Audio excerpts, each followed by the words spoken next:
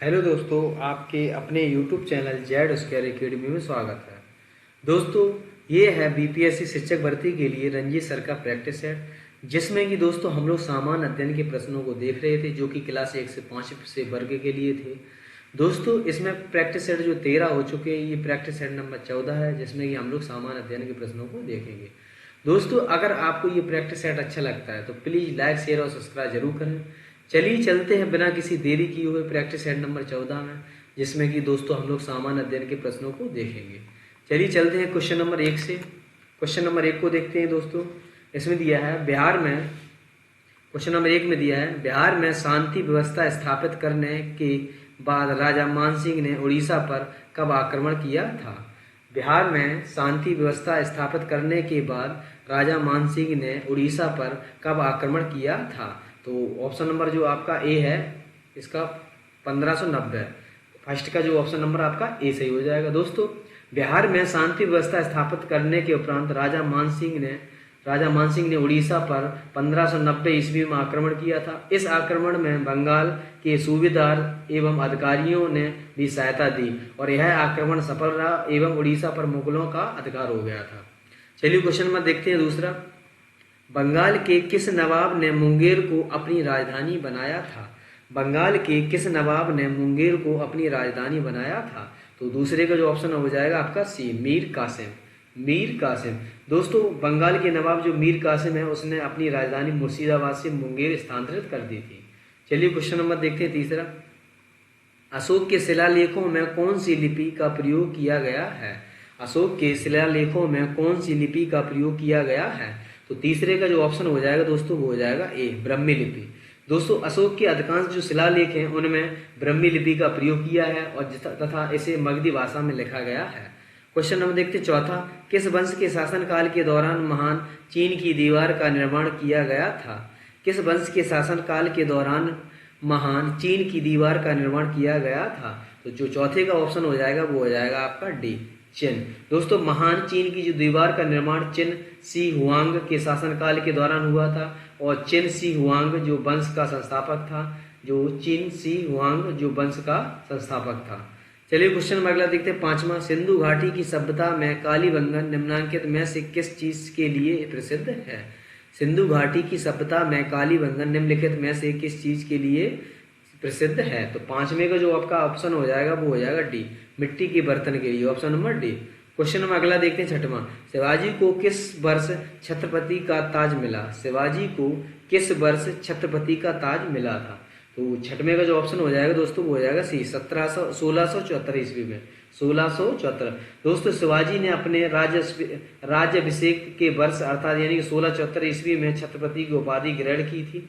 चलिए question number अगला देखते हैं सातवां। निम्नांकित में कौन बिहार का प्रथम नायब नाजिम था। बिहार का प्रथम नायब नाजिम था। तो सातवें का जो ऑप्शन हो जाएगा आपका D, Raja Ram Narayan, option number D. Question देखते हैं आठवां। बिहार के क्षेत्र 1757 से 58 के मध्य मीर जाफर एवं अंग्रेजों का विरोध किसने आरंभ किया था। जो 1757 से 58 के मध्य मीर जाफर एवं अंग्रेजों का विरोध जो है वो किसने आरंभ किया था। तो इसमें दिया राजा राम नारायण ने, पहलवान सिंह ने और कामगार खां एवं सिंदूर सिंह ने। इसके ऑप्शन नंबर डी हो के सभी ने विरोध किया था। क्वेश्चन नंबर अगला देखते हैं नौवां। गौरेला युद्ध की अवधारणा को लागू किया था। गौरेला युद्ध की अवधारणा को लागू किया था। तो गौरेला युद्ध की जो अवधारणा है वो उसे किसने लागू किया था।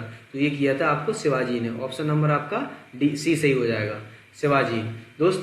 दोस्तों गौरेला पद्धति के जो जनक के रूप में मलिक अंबर को श्रेय जाता है, लेकिन व्यवहार में इसे प्रयोग करने का श्रेय जो है वो शिवाजी को जाता है, जिन्होंने इस पद्धति को मुगल के विरुद्ध बड़ी सफलता के साथ प्रयोग किया था। क्वेश्चन नंबर देखते हैं 10वां। वह मस्जिद कहाँ स्थित है जहाँ पैगंबर मोहम्मद साहब की दाढ़ी बाल को सुरक्षित रखा गया है। वह मस्जिद कहाँ स्थित है जहाँ पैगंबर मोहम्मद साहब की दाढ़ी बाल को सुरक्षित रखा गया है। जो 10वें का जो ऑप्शन हो जाएगा दोस्तों वो हो जाएगा सी, श्रीनगर, वह स्थान श्रीनगर। क्वेश्चन देखते हैं 11वां। स्वतंत्रता के उपरांत बिहार में उग्र छात्र आंदोलन की शुरुआत कब हुई। स्वतंत्रता के उपरांत बिहार में उग्र छात्र आंदोलन की शुरुआत कब हुई।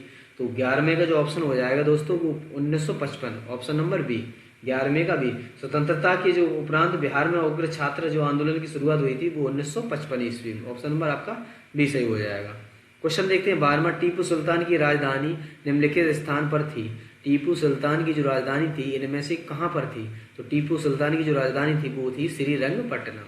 12वें का option number A. Tipu Sultan Mysore का शासक था दोस्तों, और टीपू सुल्तान के शासनकाल के दौरान जो मैसूर की जो संधि हुई थी आपकी 1782 से 99, और उस समय जो राजधानी थी वो श्रीरंगपट्टनम थी।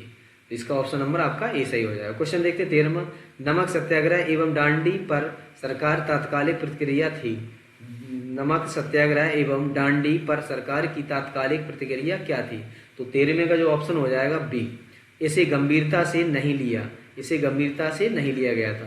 क्वेश्चन देखते हैं 14वां, ब्रिटिश सरकार ने पहली बार यह घोषणा की कि उनकी मंशा भारत में धीमे धीमे एक उत्तरदायी सरकार बनाने की है।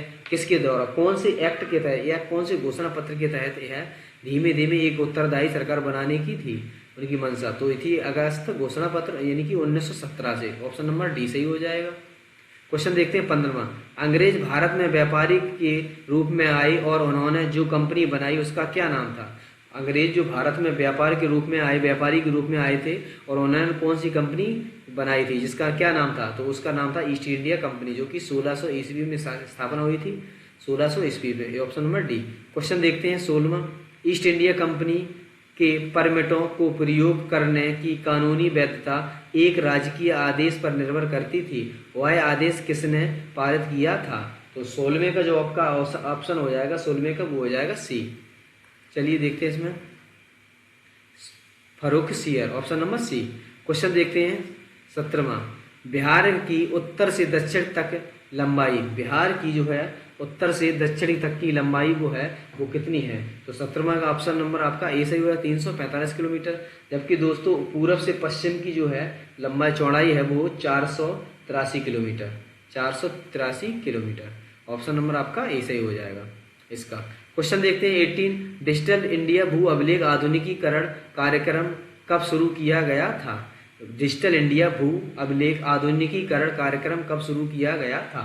तो 18वें का जो ऑप्शन हो जाएगा आपका, जो इसमें दिया है 2010 और 9, 10 और 5 में से कोई नहीं ऑप्शन नंबर, क्योंकि इसका जो किया गया था शुरू डिजिटल इंडिया भू अभिलेख का आधुनिकीकरण जो किया गया था वो किया गया 2008 में, और 2008 इसमें से कोई ऑप्शन नहीं, इसलिए ऑप्शन नंबर आपका डी सही हो जाएगा, ऑप्शन डी। क्वेश्चन नंबर देखते हैं 19वां, निम्न में से किस शासक ने विदेशों में आधुनिक प्रकार से दूतावास स्थापित किए थे? इनमें से कौन सा था शासक जिसने विदेशों में आधुनिक प्रकार के दूतावास स्थापित किए थे? वह था आपका टीपू सुल्तान। ऑप्शन 19 का डी सही हो जाएगा, 19 का डी। ठीक है, चलिए क्वेश्चन नंबर अगला देखते हैं 20वां, सन 1690 में किस भारतीय नगर की खोज जॉर्ज चारनॉक ने की? इसमें से 1690 ईस्वी में कौन से नगर की खोज जो की है जॉर्ज चारनॉक ने की? तो ये की थी आपकी कोलकाता की। क्वेश्चन देखते हैं 21, उत्तरी गोलार्ध में सबसे छोटा दिन कौन सा होता है? उत्तरी गोलार्ध में सबसे छोटा दिन जो होता है वो आपका होता है 22 दिसंबर। ऑप्शन नंबर अब आपका बी सही हो जाएगा। क्वेश्चन देखते हैं 22, जून के महीने में मानसून का फटना वर्षा लाता है। जून के महीने में मानसून का फटना वर्षा लाता है। तो 22 का जो ऑप्शन हो जाएगा दोस्तों वो हो जाएगा आपका बी, केरल और तमिलनाडु के तट, यानी कि केरल और तमिलनाडु के दक्षिणी तट। ऑप्शन नंबर आपका बी सही हो जाएगा। क्वेश्चन देखते हैं 23, खाद्य श्रृंखला से अभिप्राय है इनमें से किसके द्वारा ऊर्जा अंतरण होता है? इनमें से खाद्य श्रृंखला से जो अभिप्राय है इनमें से किसके द्वारा ऊर्जा अंतरण होता है? 23 का जो ऑप्शन हो जाएगा आपका सी, एक जीव से दूसरे को। क्वेश्चन देखिए 24, पृथ्वी का विशालतम पारिस्थितिकी तंत्र जो है वो कौन है? वो है आपका वायु। ऑप्शन नंबर आपका ए सही हो जाएगा। क्वेश्चन देखते 25, ग्रेट बैरियर रीफ कहाँ स्थित है? तो ग्रेट बैरियर रीफ जो है वो आपकी ऑस्ट्रेलिया में स्थित है। ऑप्शन नंबर आपका सी सही हो जाएगा। क्वेश्चन देखते 26, निम्नलिखित में कौन सी पर्वत श्रृंखला यूरोप तथा एशिया को अलग करती है? इनमें से कौन सी पर्वत श्रृंखला है जो कि यूरोप तथा एशिया को अलग करती है? वो है आपकी यूराल पर्वत श्रृंखला। ऑप्शन नंबर आपका सी सही हो जाएगा। 27 देखते हैं, हिमालय में 3600 मीटर से ऊपर एक विशिष्ट प्राकृतिक वनस्पति है। यानी कि हिमालय में 3600 मीटर से ऊपर एक विशिष्ट वनस्पति प्राकृतिक वनस्पति है, उसका क्या नाम है? तो 27 का दोस्तों जो आपका आंसर हो जाएगा वो ऑप्शन नंबर आपका ए सही हो जाएगा। अल्पाइन घास स्थल है 3600 मीटर से जो ऊपर है, ये हिमालय में 3600 मीटर से ऊपर जो पाई जाने वाली विशिष्ट प्राकृतिक वनस्पति को अल्पाइन घास स्थल कहते हैं। ठीक है, चलिए क्वेश्चन नंबर अगला 28 देखिए, निम्नलिखित में से कौन से दो शहर जो हैं उत्तर दक्षिण कॉरिडोर से जुड़े हुए हैं। ऐसे कौन से दो शहर हैं जो उत्तर दक्षिण कॉरिडोर से जुड़े हुए हैं? तो ऑप्शन नंबर आपका ए हो जाएगा, श्रीनगर और कन्याकुमारी। क्वेश्चन देखते हैं 29, भारत में निम्नलिखित में से किस स्थान पर सबसे पहला जल विद्युत शक्ति संयंत्र लगाया गया था? इनमें से कौन सा स्थान है जहां पर पहला जल विद्युत शक्ति संयंत्र लगाया गया था? तो वो लगाया गया था आपका शिव समुद्रम। ऑप्शन नंबर आपका 29 का बी। दोस्तों शिव समुद्रम जो है वो कर्नाटक में है, भारत का सबसे पहला जल विद्युत संयंत्र है। इसे सन 1902 में स्थापित किया गया था, जो भारत की कावेरी नदी पर स्थित है और यह भारत के कर्नाटक राज्य में स्थित है। क्वेश्चन देखते 30, भारत में ऊर्जा उत्पादन के लिए निम्नलिखित में से कौन सा प्रमुख कच्चा पदार्थ है? ऊर्जा उत्पादन के लिए इनमें से कौन सा प्रमुख कच्चा पदार्थ है? तो आपका 30 का जो ऑप्शन हो जाएगा वो हो जाएगा डी, कोयला। Option number D. क्वेश्चन देखते हैं 31, भारत निम्न में से किस देश में चाबा बंदरगाह बना रहा है? जो भारत है वह किस देश में चाबा बंदरगाह बना रहा है? तो ऑप्शन नंबर आपका सी सही हो जाएगा, ईरान में। क्वेश्चन देखते हैं 32, निम्नलिखित विकल्पों में से भारत का सबसे व्यस्तम अंतर्राष्ट्रीय बंदरगाह कौन सा है? भारत का सबसे व्यस्तम अंतर्राष्ट्रीय बंदरगाह जो है वो आपका है मुंबई। ऑप्शन नंबर 32 का आपका बी हो जाएगा। दोस्तों भारत का सबसे व्यस्तम जो अंतर्राष्ट्रीय बंदरगाह है वो मुंबई है। यह भारत के पश्चिमी तट पर स्थित है। यह एक प्राकृतिक पोताश्रय और देश का सबसे बड़ा पत्तन है। क्वेश्चन देखते हैं 33 में देखते हैं, निम्नलिखित में से किसका प्रयोग करके ऊष्मीय विद्युत पैदा की जाती है? इनमें से किसका प्रयोग करके ऊष्मीय विद्युत पैदा की जाती है? तो 33 का जो ऑप्शन आपका हो जाएगा सी, कोयला, प्राकृतिक गैस और पेट्रोलियम। क्वेश्चन देखते हैं 34, कोबाला न्यूक्लियर पार्क परियोजना को किस राज्य में स्थापित करने का प्रस्ताव है? तो 34 का जो ऑप्शन हो जाएगा आपका सी, आंध्र प्रदेश में। क्वेश्चन नंबर देखते 35, निम्नलिखित में से कौन बायोस्फीयर रिजर्व या सुरक्षित जीवमंडल नहीं है? इनमें से कौन सा सुरक्षित जीवमंडल नहीं है? तो वह नहीं है आपका काजीरंगा। ऑप्शन नंबर आपका डी सही हो जाएगा। क्वेश्चन 36 एफडीआई का पूरा नाम, तो ये हो जाएगा आपका प्रत्यक्ष विदेशी निवेश। ऑप्शन नंबर आपका बी सही हो जाएगा। क्वेश्चन देखते 37, उपभोक्ता उस बिंदु पर अधिकतम संतुष्टि प्राप्त करता है जहां पर जो सीमांत उपयोगिता और मूल आपस में कैसे हो, बराबर। तो 37 का ऑप्शन नंबर ए सही हो जाएगा। 38 देखते हैं, निम्न में से कौन सा समूह संघ कर से संबंधित है? इनमें से कौन सा समूह संघ कर से संबंधित है? तो 38 का जो ऑप्शन हो जाएगा आपका बी हो जाएगा, उत्पाद शुल्क, सीमा शुल्क और आयकर। Option B. क्वेश्चन देखते 39, मुद्रास्फीति जनित मंदी पारिस्थितिकी को संदर्भित करता है? तो 39 का जो ऑप्शन हो जाएगा आपका डी, संवृद्धि की दर मूल वृद्धि दर से कम। क्वेश्चन देखते हैं 40, सरकारी बंद पत्र को बेचने की प्रतिक्रिया बजट खाली स्थान। तो 40 जो है इसमें देखते हैं, इसमें दिया राजस्व प्राप्तियां और चालू व्यय। 40 में देखते हैं अगला ऑप्शन जो पूंजी लागत और पूंजी प्राप्तियां। तो ऑप्शन नंबर आपका डी सही हो जाएगा, पूंजी प्राप्तियां। क्वेश्चन देखते हैं 41 देख, भारत में किस प्रकार का आपातकाल अभी तक लागू नहीं किया गया है? तो दोस्तों वित्तीय आपातकाल जो है अभी तक लागू नहीं किया गया, जो कि आर्टिकल 360 में आता है। आर्टिकल 360 के अंतर्गत आता है। दोस्तों राष्ट्रीय आपातकाल आर्टिकल 352, जिसमें कि राष्ट्रीय आपातकाल और जबकि आर्टिकल 356 में राज्य में राष्ट्रपति शासन। तो 41 का जो ऑप्शन हो जाएगा आपका डी। दोस्तों भारत में वित्तीय आपातकालीन उद्घोषणा जो अनुच्छेद 360 का प्रयोग कभी नहीं हुआ अभी तक, जबकि अनुच्छेद 352 के तहत एक बार आंतरिक अशांति के आधार पर और 2 बार बाह्य आक्रमण के आधार पर राष्ट्रीय आपातकाल की उद्घोषणा हो चुकी है, और राज्यों में राष्ट्रपति शासन की उद्घोषणा बहुत बार हो चुकी है, सैकड़ों बार। क्वेश्चन नंबर देखते हैं 42, आपातकाल किन परिस्थितियों में ऐसे कानून या कार्यकारी आदेश पारित किए जा सकते हैं जो अनुच्छेद 19 के विरुद्ध हों? तो 42 का जो ऑप्शन हो जाएगा आपका ए, युद्ध या बाह्य आक्रमण के कारण। क्वेश्चन देखते हैं 43, राज्य विधानमंडल की सदस्यता के लिए योग्यता का निर्धारण संविधान के अनुच्छेद 173 के तहत दिया गया है यह किसके अंतर्गत आता है? तो 43 का जो ऑप्शन हो जाएगा दोस्तों वो हो जाएगा बी, राज्य सरकार। 43 का बी। चलिए क्वेश्चन नंबर अगला देखते हैं 44। राज्यपाल द्वारा जारी अध्यादेश अनुमोदन के में अधीन है। राज्यपाल द्वारा जो अध्यादेश दोस्तों जो जारी किया जाता है वो आर्टिकल 213 के तहत 213 के तहत जो है वो राज्यपाल को अध्यादेश जारी करने की शक्ति दी गई, जबकि उस राज्य की विधानसभा या विधानमंडल के दोनों सत्रों में यह नहीं होते हैं।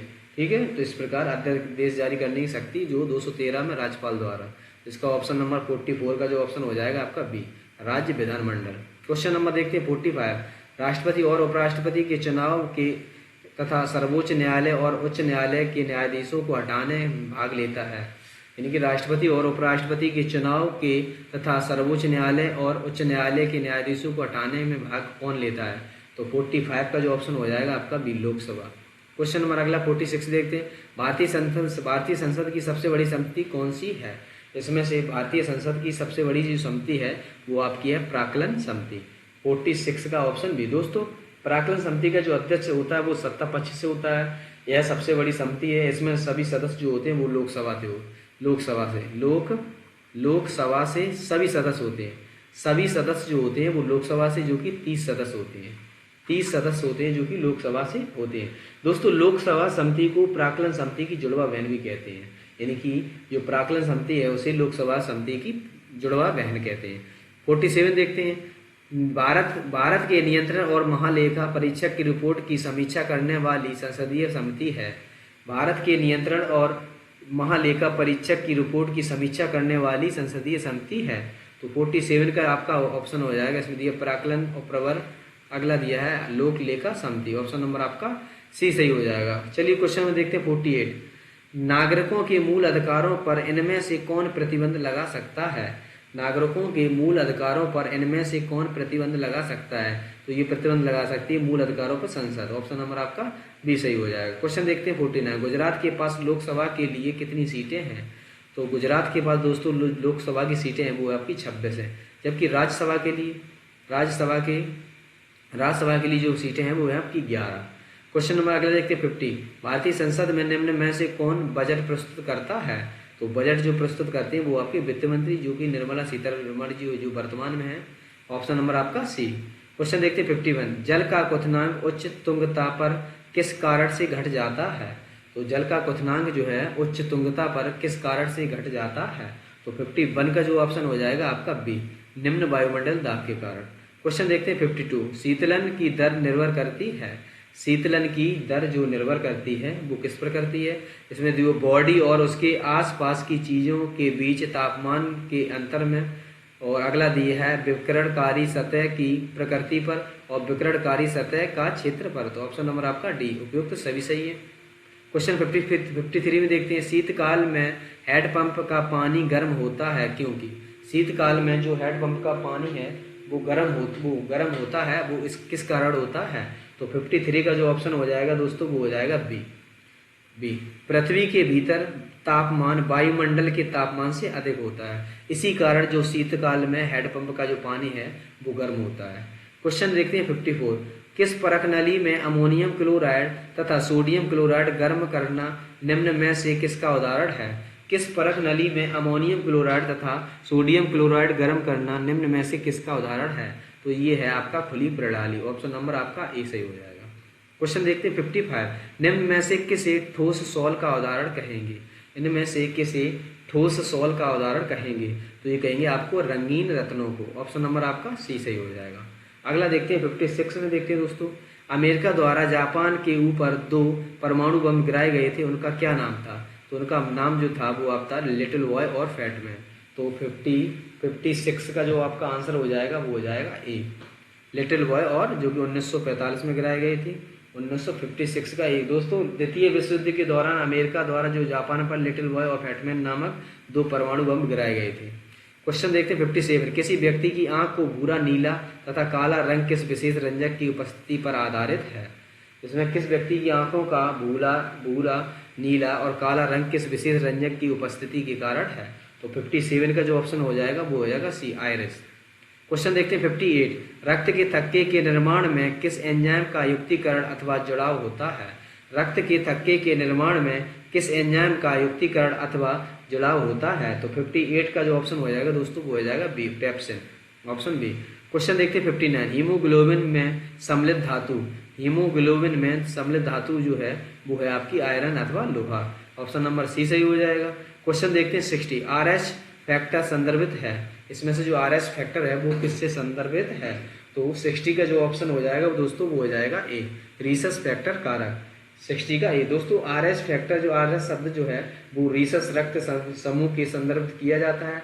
इस फैक्टर की खोज जो है वो की है आपकी कार्ल लैंडस्टीनर तथा अलेक्जेंडर बेनेल द्वारा और रीसस नामक जो बंदर में की गई है। आरएच फैक्टर कारक की जो रक्त की उपस्थिति है वो आरएच धनात्मक समूह तथा इसकी अनुपस्थिति जो है वो आरएच ऋणात्मक समूह से बनाता है। इस प्रकार ऑप्शन आपका ए सही होगा। क्वेश्चन देखते हैं 61, व्यक्तिगत सत्याग्रह में विनोबा भावे को प्रथम सत्याग्रही चुना गया था, जबकि दूसरा सत्याग्रही किसे चुना गया था? तो वो चुना गया था पंडित जवाहरलाल नेहरू, ऑप्शन नंबर आपका बी सही होगा। क्वेश्चन देखते हैं 62 में देखते हैं, भारतीय स्वतंत्रता संग्राम के संदर्भ में 16 अक्टूबर 1905 निम्नलिखित कारणों में से किसके लिए प्रसिद्ध है? भारतीय स्वतंत्रता संग्राम के संदर्भ में 16 अक्टूबर 1905 निम्नलिखित कारणों में से किसके लिए प्रसिद्ध है? तो 62 का जो आपका ऑप्शन हो जाएगा वो हो जाएगा बी, बंगाल विभाजन, जो कि 1905 में हुआ था, 1905। ठीक है। क्वेश्चन देखते हैं 63, करो या मरो का नारा निम्नलिखित आंदोलनों में से किसके साथ संबंधित है? करो या मरो का जो नारा है वो किससे संबंधित है? तो यह है भारत छोड़ो आंदोलन, ऑप्शन नंबर डी, जो कि 1942 में हुआ था। इसमें गांधी जी ने नारा दिया था भारत छोड़ो आंदोलन। ठीक है, करो या मरो। जबकि सविनय अवज्ञा आंदोलन जो आपका है 1930 में है, और असहयोग आंदोलन 1920 में है, और स्वदेशी आंदोलन जो है वो आपका 1905 में है। ये है बंगाल विभाजन के समय। क्वेश्चन नंबर अगला देखते हैं दोस्तों 64 में देखते हैं। 64 में देखते हैं, दांडी यात्रा के साथ निम्नलिखित में से क्या प्रारंभ हुआ? दांडी यात्रा के साथ निम्नलिखित में से क्या प्रारंभ हुआ था? तो हुआ था आपका सविनय अवज्ञा आंदोलन, ऑप्शन नंबर सी। दोस्तों दांडी यात्रा जो हुई थी वो आपकी हुई थी साबरमती आश्रम से लेके आपकी हुई थी दांडी तक, यानी कि दांडी यात्रा साबरमती से स्टार्ट हुई थी, जो कि दांडी यात्रा जो स्टार्ट हुई थी वो हुई थी 12 मार्च 1930 से, और जबकि जो खत्म हुई थी वो हुई थी 5 अप्रैल 1930। जबकि अगले ही दिन यानी कि 6 अप्रैल 1930 को सविनय अवज्ञा आंदोलन की शुरुआत की गई थी। चलिए क्वेश्चन नंबर अगला 65 देखते हैं, भारतीय स्वतंत्रता संग्राम के दौरान रॉलेट एक्ट ने किस कारण से सार्वजनिक रोष उत्पन्न किया? भारतीय स्वतंत्रता संग्राम के दौरान रॉलेट एक्ट ने किस कारण सार्वजनिक रोष उत्पन्न किया? तो 65 का जो ऑप्शन हो जाएगा आपका सी। इसने लोगों को बिना मुकदमे चलाए जेल भेजने के लिए अधिकृत किया, 65 का सी। दोस्तों 1918 ईस्वी में लॉर्ड जेम्स फोर्ड ने न्यायाधीश सिडनी रॉलेट की अध्यक्षता में सेडिशन कमेटी का गठन किया। यह क्रांतिकारी गतिविधियां खासकर पंजाब और बंगाल पर नियंत्रण के उद्देश्य से बनाई गई थी। जबकि 1919 में जो पारित रॉलेट एक्ट कानून के तहत मजिस्ट्रेटों को किसी संदेह के आधार पर व्यक्ति को तुरंत गिरफ्तार करके उस पर मुकदमा चलाने का अधिकार था, और इसे ही काला कानून भी कहते थे। ठीक है, तो इस प्रकार ऑप्शन नंबर आपका सी सही हो जाएगा। क्वेश्चन देखते हैं 66, निम्नलिखित ब्रिटिश प्रधानमंत्रियों में से किसने भारत के में क्रिप्स मिशन भेजा? इनमें से कौन सा ब्रिटिश प्रधानमंत्रियों में से किसने भारत में क्रिप्स मिशन भेजा? तो 66 का जो ऑप्शन हो जाएगा आपका डी, विंस्टन चर्चिल ने। क्वेश्चन अगला देखते हैं 67, साइमन कमीशन की संतुष्टियों के संदर्भ में निम्नलिखित में से कौन सा कथन सही है? तो 67 का जो आपका ऑप्शन हो जाएगा दोस्तों वो हो जाएगा ए, इसने प्रांतों में द्वैध शासन को उत्तरदायी सरकार द्वारा प्रतिस्थापित करने की संस्तुति की, ऑप्शन नंबर आपका ए। क्वेश्चन देखते हैं 68, निम्नलिखित कथनों पर विचार कीजिए। नंबर 1 दिया है आपका, डॉक्टर राजेंद्र प्रसाद ने महात्मा गांधी को चंपारण आने तथा कृषकों की समस्या को जांच करने के लिए राजी किया, तो ये ऑप्शन नंबर आपका गलत हो जाएगा।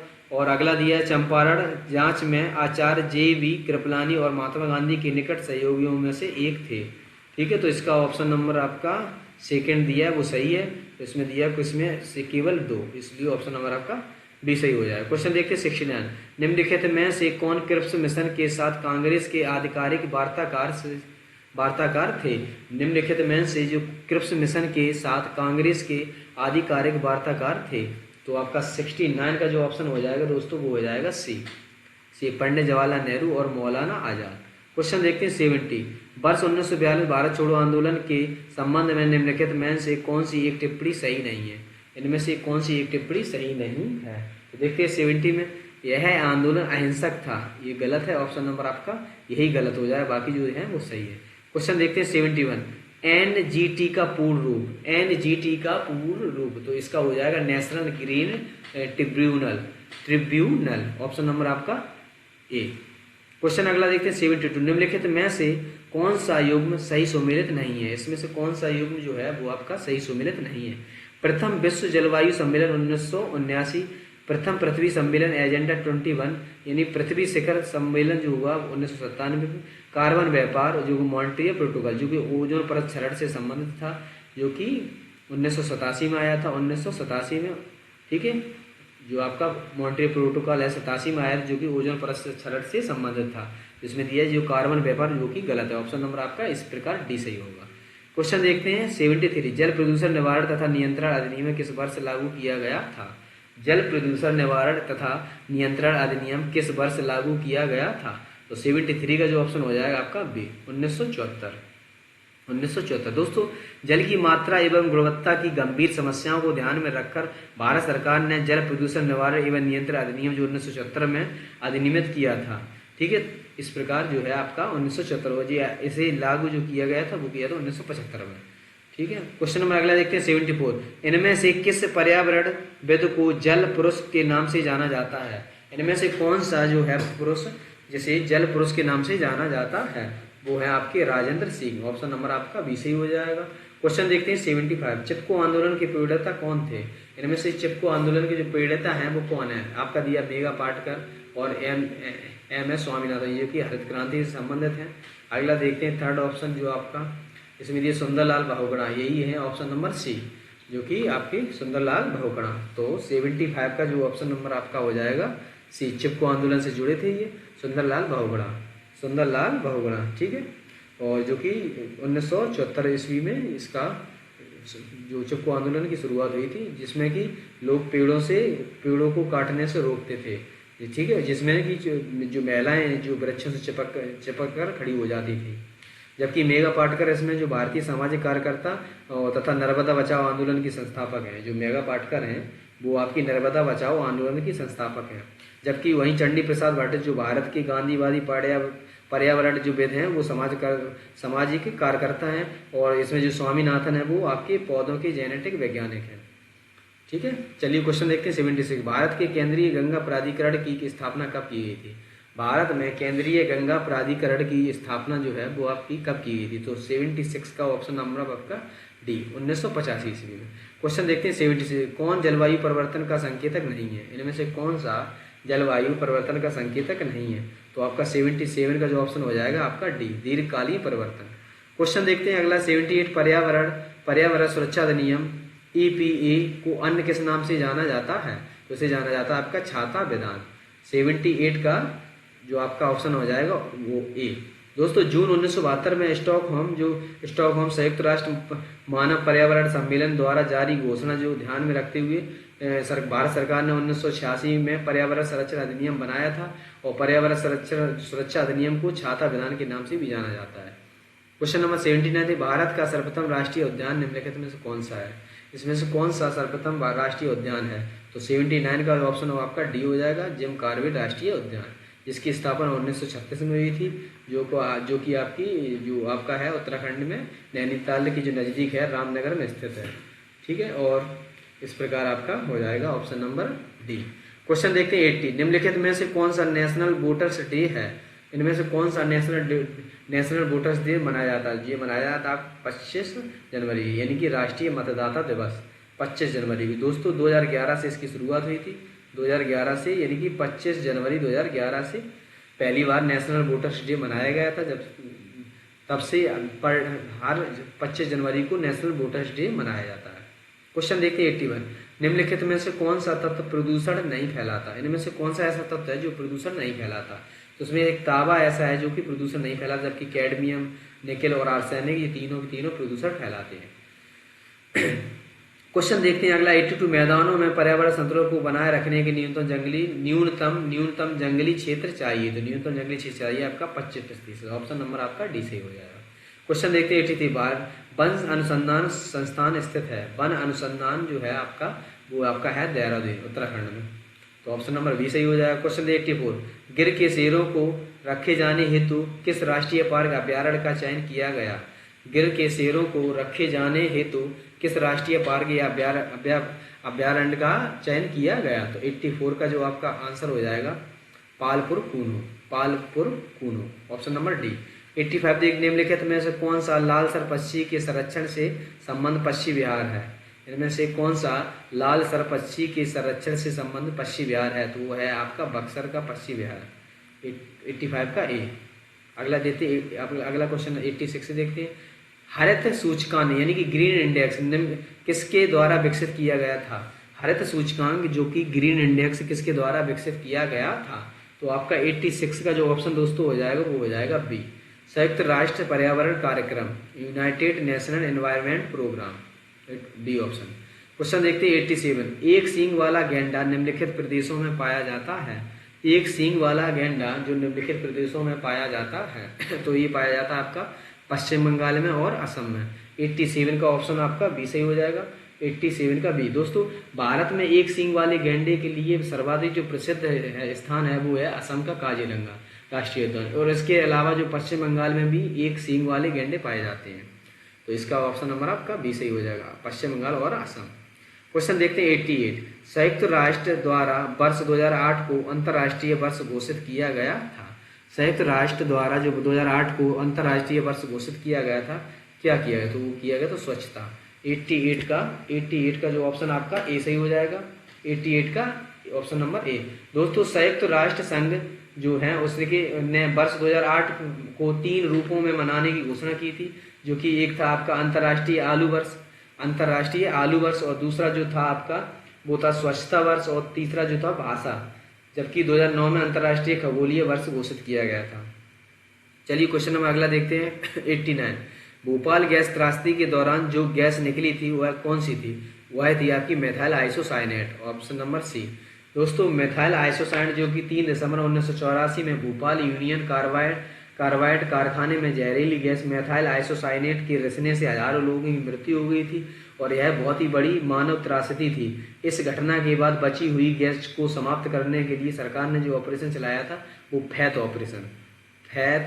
ऑपरेशन जो गैस बची हुई थी उसके लिए फैथ ऑपरेशन उसे नष्ट करने के लिए फैथ ऑप्शन। इस ऑप्शन नंबर आपका सी सही हो जाएगा। क्वेश्चन देखते हैं 90 जो कि दोस्तों लास्ट है। ओजोन क्षेत्र का निर्माण सर्वाधिक है तो वह है वो आपका है अंटार्कटिका के ऊपर। ऑप्शन नंबर आपका ए सही हो जाएगा। दोस्तों वायुमंडल में सुरक्षा आवरण के रूप में ओजोन परत स्थित है जो हमें हानिकारक विकिरणों से सुरक्षा प्रदान करती है। लेकिन पर्यावरण प्रदूषण के चलते ओजोन परत के छिद्रों का आकार बढ़ता जा रहा है। इस छिद्र में सबसे बड़ा ओजोन छिद्र जो अंटार्कटिका के ऊपर है बन गया है जिसका क्षेत्र 27 लाख वर्ग किलोमीटर है। 27 लाख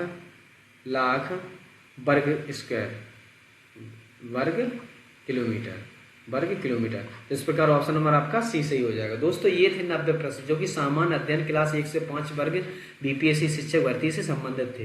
दोस्तों बताइएगा आपको प्रैक्टिस सेट कैसा लगा। अगर आपको अच्छा लगा तो प्लीज़ लाइक शेयर और कमेंट जरूर करें। दोस्तों इसकी जो मैथ है वो आपको जेड स्क्वायर एकेडमी टेलीग्राम पर डाल दी जाएगी जहाँ से आप मैथ को सॉल्व कर लेंगे। दोस्तों ये थे प्रैक्टिस सेट नंबर जो 14 था। नेक्स्ट प्रैक्टिस सेट 15 में हम लोग मिलते हैं। तब तक के लिए धन्यवाद। Thank you.